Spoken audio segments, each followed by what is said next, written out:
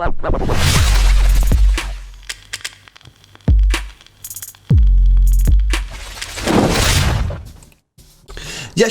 and welcome to another video. 1-1 the final score, but a lot to talk about in that, guys. Loads of stuff happening that's just, you know, we need to talk about in it. It's not right. Before we do, shout out Manscaped for sponsoring the video. You know what's coming. 85% of partners prefer a man who is groomed below the waist, and 96% of partners think bad grooming is a major turn-off. That's where Manscaped have come in to help us all out, including myself, lads. The Lawnmower 4.0 is a trimmer specifically designed with our crown jewels in mind. It has skin-safe technology to reduce those nicks and cuts and gives you the maximum confidence while trimming below the waist. It's also IPX7 waterproof rated, so you can operate in wet or dry conditions. It has a premium 7,000 RPM motor with quiet stroke technology and a massive 90-minute battery time, which is supported by its wireless electromagnetic charging function.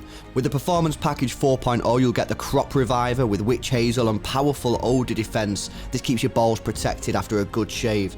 Crop Preserver with its soothing aloe vera and advanced quick absorbing cream, keeping your balls feeling fresh and hydrated. And the Weed Whacker to trim ear and nose hair.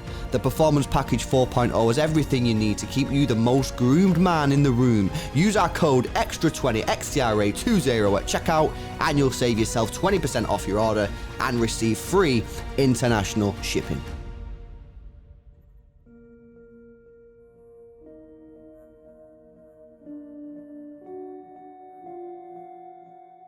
Yes, shout out Manscaped. Use that code EXTRA20 if you want 20% off your order and free international shipping. Right, let's get into it, guys. And this is the first time we've ever done this, but the first thing we're going to speak about is the referee, bro. Because, I say bro, like this one guy. There's one person watching this video, no one else. I just don't know what to say. I don't know what to say about this referee, yeah. But there's so much to talk about. But before we get into the key points, I want to just mention some stuff that I just thought was weird. That left back for them, bro. That guy did not know how to tackle. The guy was just holding our players. Bro, he could have got away with murder today. He every time grabbing the players, and he was never getting like punished for what he was doing. And if there was a foul given, there would have been no repercussions for it, so he could just keep doing it throughout the game. It was just basically every time, you know, if it's going towards that left back, you know you're getting dragged back. Stupid, man. I don't understand why nothing happened with it. I genuinely don't understand it. The amount of times that the left back did it, and I mean, it sounds like I'm moaning that. Do you know what I mean? Oh, I want him sent off and stuff like that, but he genuinely could have been sent off the amount of times that he was dragging our players back. Yeah, it was bizarre. And then it was other stuff, that the way the referee was going about the game, it just looked to me like he just didn't have control, or like he didn't know what he was doing. And I just checked his stats, yeah. This guy refs about 10 games in the Premier League every year. 10. He's not a proper Premier League referee. He's like in the middle of the Championship and the Premier League. Like, he's just a spare man. Like, I'm not being funny. I don't mean to be like rude to the guy and that, but like, this is a Premier League. Like, the Premier League needs to get a grip on this, or the FA, whoever's in charge of these referees, needs to get a grip. You know what I mean? You can't just be having some random Donny who's refereeing 10 matches a season, referee a crucial game, and some people are like, it's not crucial. We're in a title race. Any referee that City get, any referee that Liverpool get, needs to be like the best, regardless of who we're playing. Whether we're playing Norwich at the bottom of the table, or whether it's Liverpool versus City, it needs to be like the best referees, because this cost stuff, man. I think that referee was absolutely trash. There's two things to talk about. Well, there's one thing to talk about. This red card, man. In fact, there's a penalty as well. We'll come on to the penalty in a minute. This red card, well, the red card that should have been.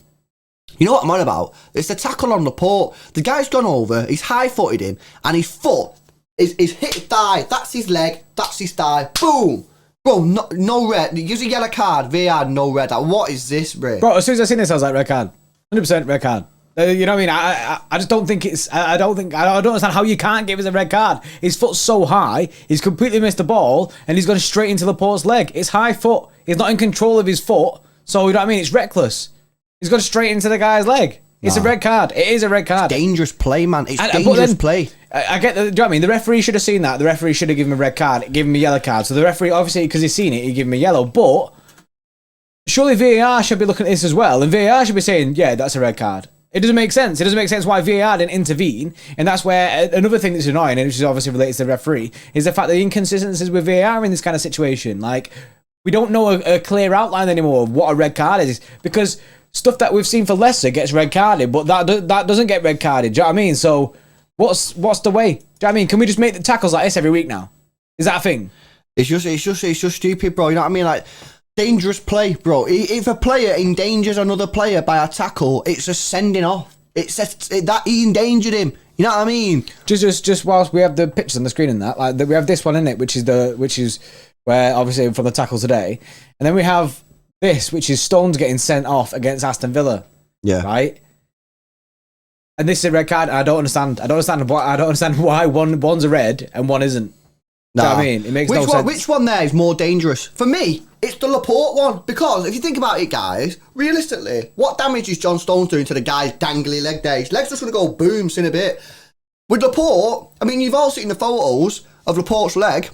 Yeah. It's torn apart, bro. The guy's going to need stitches. He's going to need everything on that. You know what I mean? He's going to need the best medical care he can give him. You know what I'm saying? Don't send him to Cougar because he'll come back with an ACL. It's just absolutely ridiculous. You know what I mean? And I'm on the FA website here, bro. Yeah, about the about sending offs and that. It's saying, look, sending off offences, serious foul play is a sending off. That is a sending off. It just is a sending off. I just don't understand it. I don't get it. Violent conduct. It's not violent, but it's serious foul. That's a serious foul play. Laporte's leg doesn't end up in the blender like it has if it's not serious foul play. So I'm sorry, referee. He had a shocker today, in my opinion. Not the reason we drew the game. You know what I mean? I'm just saying it needs to be pointed out because it was a poor performance from the referee today. Let's talk about the game then. Look. Bit weird. You know, we started the game in a sort of meh way.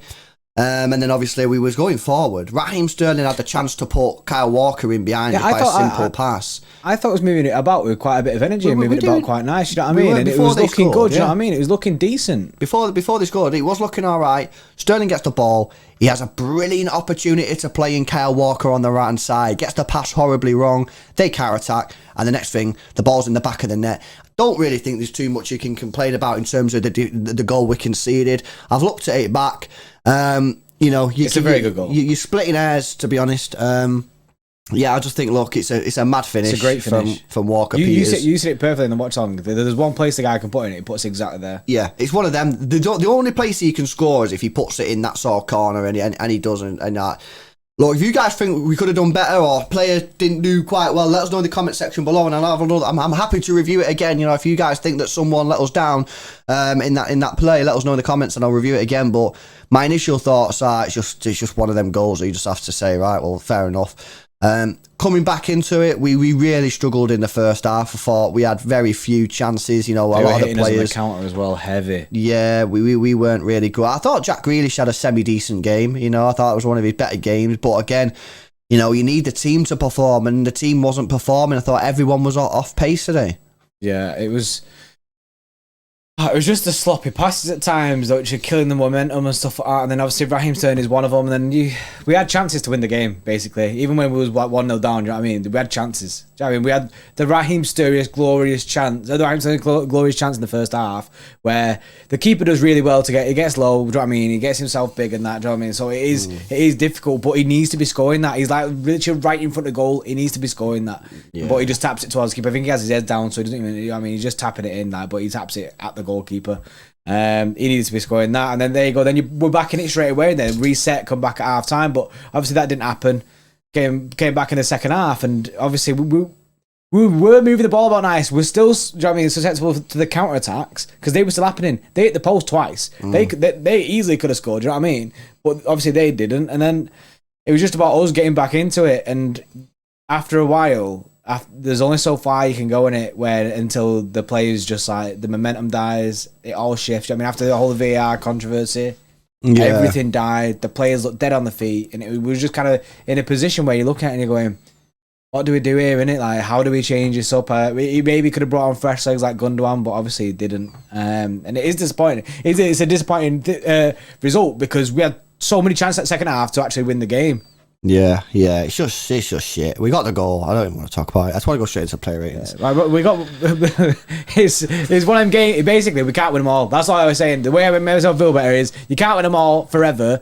You're going to drop points in the season. I want 100% wins, bro. I'm not accepting nothing. Yeah, I want win after win after win. I never want to lose a game ever again. But that we didn't even lose the game. We drew the game. We got a point, and we are sitting pretty at the top of the table still. But it just allows a little bit of doubting. And you know what I mean, Liverpool will be hopefully. Well, hopefully they don't, but they'll be trying to thrive on that tomorrow. But yeah, player ratings, bro. Edison, man of the match, 7.9. Walker, 7.6. Diaz, 7.5. Laporte, 7.8. He also got a snapped thigh, mate. You know what I mean? What even is that? He got butchered. Cancelo, 6.6. Not much to say on that. I thought Walker did all right. Cancelo, I thought, was off the pace, and I think that's reflected in a fair play ratings for the back four. Yeah, I think that's fair. I think people might be like, oh, but Laporte got the equalising goal, but Laporte was making a few like silly passes. Well, to be fair, 7.8 is a good score. 7.8 is good. So in this is good. Do you know what I mean? This is good. Rodri gets a 7.3. De Bruyne gets a 7.2. Obviously, De Bruyne had that glorious chance where if he just got it on target, it would have gone in. Bernardo, the 7.1. It was a difficult game for Bernardo as well, bro. Like, there was times where he always does bits of like sick stuff, but then at the same time, it was just a difficult game. And I think, like you said it perfectly before, bro, when the whole team's not on it, it's just not working, innit? And today, it just weren't working for pretty much the team. Not good. Sterling, 5.1. That's poor heavy, score. That's heavy, One thing I would say, yeah, he didn't have a good game. One thing I would say, he was playing against that left back who was just fouling in the whole time, and the referee was just like, nah, nothing in it, mate. Foden, 6.6. Grealish, 7.5. Jesus there with a 6.9. Guardiola gets a 7.8, and the ref, 0.3. Can I say, shocking. The extra members who picked Edison at 7.9 in the man of the match. However, I don't think there'd be any doubt but in anyone's mind about the actual man of the match was that, I can't remember his name, bro, the centre-back for Southampton. Solisu, something like that. He was absolutely incredible. Sick. Like you watch a game and I watched that and I was like, he is sick. He is mint. I mean, to summarise, guys, look, it's not the end of the world. We probably should have won. We had the chances to win, but you know, you get pegged back. We always say, don't we, if we concede that first goal, I'd be really interested if someone can be asked who's watching this video to go back at all the results, where we concede first and see what the scores. You see how many wins we get, how many times we come back from behind. If anyone can be bothered, if anyone's watching this now and has nothing to do, go find out. You know what I mean? Because I'm interested, and let us know. DM us on Twitter, See Extra Pod. Shout out Manscaped again for sponsoring the video. Smash a like on the video if you've enjoyed it. Subscribe to the channel if you're new. We've got loads of news coming up. We've got a video about Alvarez coming up as well. I know you've all been asking about him. But yeah, we'll see you in the next one. See you in a bit, guys.